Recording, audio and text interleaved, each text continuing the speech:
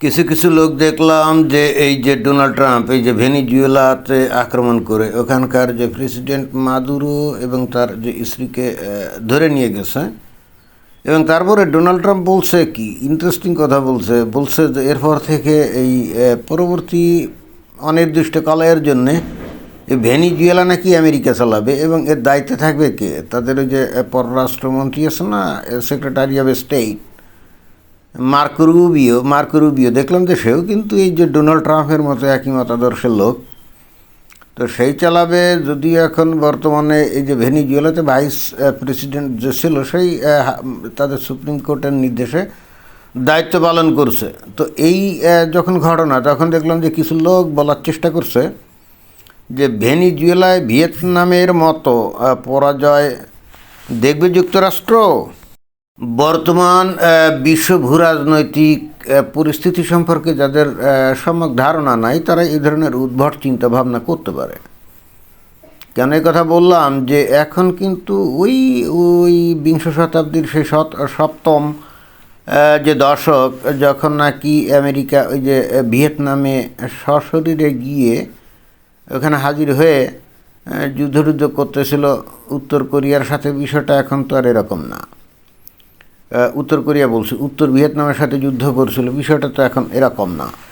এখন সশরীরে কেউ গিয়ে ওই কোনো সুবিধা করতে পারে না। অলরেডি এ বিষয়ে আমেরিকার একটা চূড়ান্ত শিক্ষা হয়ে গেছে। কোথায় চূড়ান্ত শিক্ষা হয়ে গেছে? কিন্তু ওই যে ইয়েতে আফগানিস্তানে। অর্থাৎ ওই লাইনে তারা যাবে বলে আমার মনে হয় না এবং আদৌ যাবে না। এবং এই ভেনিজুয়েলা রাষ্ট্রটা কোথায়? এই ভেনিজুয়েলা রাষ্ট্রটা তো এই যে আমেরিকাতে, অর্থাৎ দক্ষিণ আমেরিকাতে, তাই না? অর্থাৎ এই অঞ্চলটা পুরোই কিন্তু আমেরিকার প্রভাবাধীন অঞ্চল এবং এখানে কেউ আমেরিকার বিরুদ্ধে কিছু বললে আমেরিকা ছেড়ে কথা বলবে সেটা তো হয়ই না এবং যেটা ঘটেও নি, সেটা কিন্তু ঘটেও নি। এখানে যে জিনিসটা হবে আসলে আমার কাছে পরবর্তীতে আস্তে আস্তে মনে হলো যে ঘটনা কি ভেনিজুয়েলার উপরে আক্রমণ করে ধরে নিয়ে গেল একেবারে কমান্ডো স্টাইলে। এখানে এই যে কি তারা নাকি ড্রাগ পাচার করে আমেরিকাতে ঢুকাতো, খালি তো বিষয়টা এরকম না। এবং একই সঙ্গে এটাও তো সবাই জানে যে এখানে ওই বিরাট তেলের যে আছে খনি আছে সেগুলো হয়তো দখল উদ্দেশ্য। কিন্তু আমার কাছে যেটা মনে হলো যে এখানে বস্তুত আমেরিকা কোনো দিনও ওই তার সেনাবাহিনী নিয়ে ওই ভেনিজুয়েলার মধ্যে এসে ডিপ্লয়েড হবে এটা আমার মনে হয় না। কিন্তু ওই ভেনিজুয়েলার যারাই সরকার চালাবে তারা অবশ্যই আমেরিকার অঙ্গুলি হেলানো চলবে। এবং বেসিক্যালি আমেরিকা যেটা চাচ্ছে, আমেরিকা এখন ভয়ে আছে, সেটা হলো কি সারা পৃথিবীতে আস্তে আস্তে ওই যে ডলারাইজেশনের দিকে যাচ্ছে না, মানে ডলারকে বাদ দিয়ে তারা এখন অন্যান্য কারেন্সি দিয়ে তারা ব্যবসা বাণিজ্য করার যে প্ল্যান পায় তারা আছে।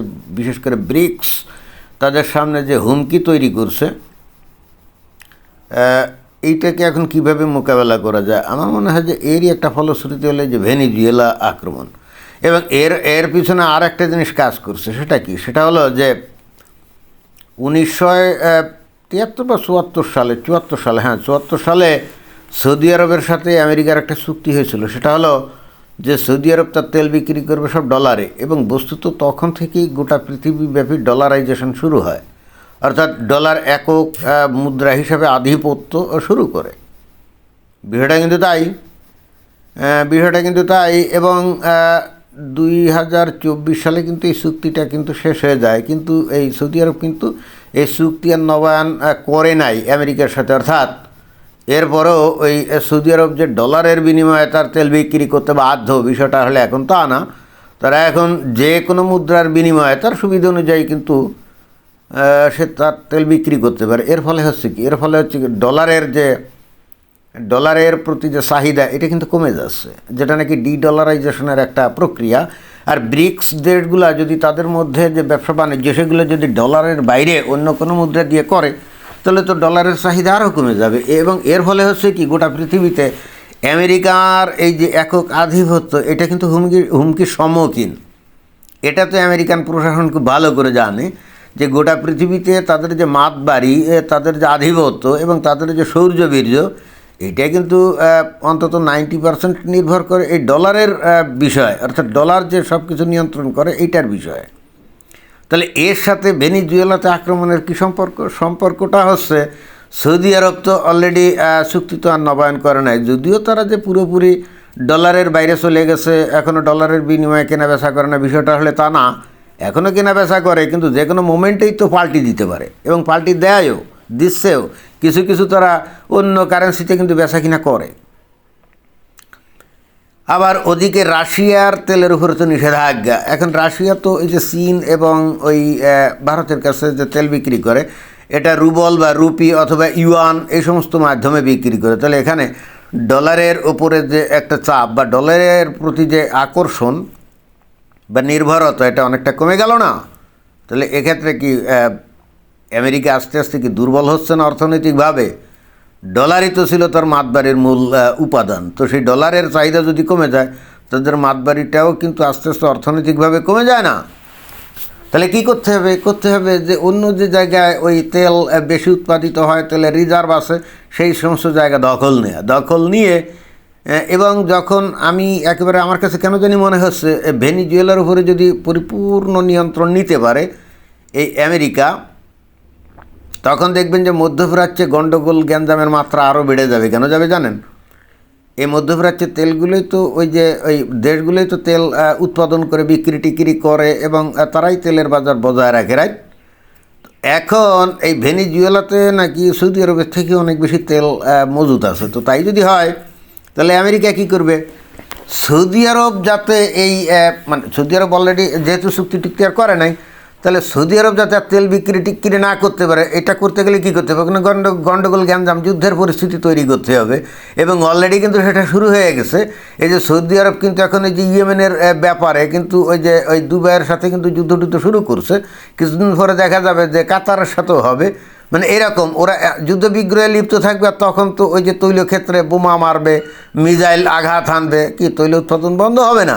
আর তখনই এই ভেনেজুয়েলার তেল বিপুল উদ্যমে এই আমেরিকার কোম্পানিগুলো উৎপাদন করবে এবং সেখানে কন্ডিশন থাকবে এই তেল ক্রয়ের জন্য কিন্তু ডলার দিয়ে কিনতে হবে, বুঝছেন? এই তেল কিনতে গেলে ডলার দিয়ে কিনতে হবে। অর্থাৎ সৌদি আরব যে এই যে চুক্তিতে রাজি হয় নাই, তারই বাই প্রোডাক্ট হচ্ছে এই ভেনেজুয়েলা। ডলার দিয়ে ভেনিজুয়েলার তেল কেনার অর্থ কী? অর্থ হলো যে ডলারাইজেশন প্রক্রিয়া যেটা শুরু হয়েছিল, এটা থমকে যাওয়া। রাশিয়ার ওপরে নিষেধাজ্ঞা দিয়ে রাশিয়ার তেল তো বিশ্ব মার্কেটে সব দেশ তো আর কিনতে পারবে না, তাই না? একমাত্র কেনে কারা? কোনো কিছু তো আক্কা না করে কেনে একমাত্র চায়না এবং ভারত, আর তো কেউ কেনে না। আর মনে হয় যে ওই টার্কি কিছু কেনে, বাট বাকি বিশ্ব কোথা থেকে তেল গ্যাস নিবে বলেন? তখন তো তার ওই ভেনিজুয়েলা বা আমেরিকাতেই যেতে হবে, আর তখন তুমি ডলার দিয়েই তো তোমাকে কিনতে হবে। আর যখনই ডলার দিয়ে কিনতে হবে, তখন এই যে ডলারাইজেশন প্রক্রিয়া, এগুলো কিন্তু থমকে যাবে না। সেই ডলারের যে চাহিদা, সেটা তুঙ্গে থাকবে। ডেসপারেটলি বস্তুতে আমেরিকা চেষ্টা করছে তার এই ডলারটাকে এখন ইনট্যাক্ট রাখা এবং আন্তর্জাতিক বিনিময় মুদ্রা হিসেবে প্রতিষ্ঠিত রাখা, যেটা অলরেডি ছিল। এখন চিন্তা করে দেখেন যে এই ভেনিজুয়েলা, মানে তার বিরুদ্ধে অভিযোগ ডোনাল্ড ট্রাম্পের কি, যে তারা ড্রাগ এই আমেরিকাতে রপ্তানি করে। ভাই, কতটুকু রপ্তানি করে? এর থেকে অনেক বেশি ড্রাগ আমেরিকাতে ঢোকে ওই মেক্সিকো দিয়ে আর কলম্বিয়া দিয়ে। হ্যাঁ, কলম্বিয়া তো পুরা একেবারে ড্রাগ মাফিয়ারা চলায় এবং মেক্সিকোও তাই। ওখান থেকেই বস্তুত সবচেয়ে বেশি ড্রাগ আমেরিকাতে ঢোকে। তাহলে ওই অভিযোগে বা ওটাই যদি একটা বড় দোষ হতো, তাহলে আমেরিকার সর্বপ্রথমে এই মেক্সিকোর উপরে আক্রমণ করা উচিত ছিল বা কলম্বিয়ার উপরে আক্রমণ করা উচিত ছিল, ওই ভেনিজুয়েলা না। হ্যাঁ, এবং এই কলম্বিয়া এবং মেক্সিকো, বিশেষ করে মেক্সিকো থেকে খালি যে ড্রাগ আমেরিকাতে ঢোকে তা তো না। এই যে যত অবৈধ ইমিগ্রান্ট এই যে আমেরিকাতে ঢোকে, তার মোর দ্যান 99% এই মেক্সিকো বর্ডার দিয়ে ঢোকে, তাই না? অর্থাৎ মেক্সিকো এখানে একেবারে অনেকটা বলা যায় যে সরকারিভাবেই আমেরিকাকে ক্ষতি করার জন্য চেষ্টা করেছে। কারণ তাদের দেশের ভিতর দিয়ে যখন হাজারে হাজারে মাইগ্রান্টরা, মানে ইলিগাল মাইগ্রান্টরা যখন ওই যে হেঁটে বর্ডারের দিকে যায়, তখন কই আমরা তো মেক্সিকোর সরকারকে ওটা তো থামাতে দেখি না। তাহলে এই ক্ষেত্রে সবচেয়ে বড় শত্রু হওয়া উচিত ছিল কি? মেক্সিকো না, মেক্সিকোর উপরেই তো আক্রমণ করা উচিত ছিল। কিন্তু সেটা না করে করলো 2,500-3,000 কিলোমিটার দূরে ওই ভেনিজুয়েলার উপরে। কারণ সেখানে তেল আছে এবং ওই তেলের নিয়ন্ত্রণ যদি আমেরিকা নিতে পারে, তাহলে তাদের ডলার ইনট্যাক্ট থাকবে। ঘটনা কিন্তু এটাই। তো অতএব এখানে ওই যে বলছে যে এই ভেনিজুয়েলায় যে আক্রমণ করলে এখানে এই আমেরিকার অবস্থা ভিয়েতনামের মতো হবে, জিনিসটা তা হবে না। আমেরিকা ওখানে সশরীরে সেনাবাহিনী টাইনি নিয়ে ওখানে মোতায়েন থাকবে আমার তো মনে হয় না, থাকলেও এমন অবস্থা করে মোতায়েন থাকবে যাতে কোনো সমস্যা হবে না। তবে এখানে ওই আফগানিস্তান বা অন্যান্য ওই মুসলিম দেশে যেমন আমেরিকা বিপদে পড়ছে, এই ভেনিজুয়েলা তো ওই বিপদে পড়বে আমার তো মনে হয় না। কারণ কি জানেন? কারণ হচ্ছে এখানে সাংস্কৃতিক এবং ধর্মীয় দিক দিয়ে কোনো সমস্যা তো নেই।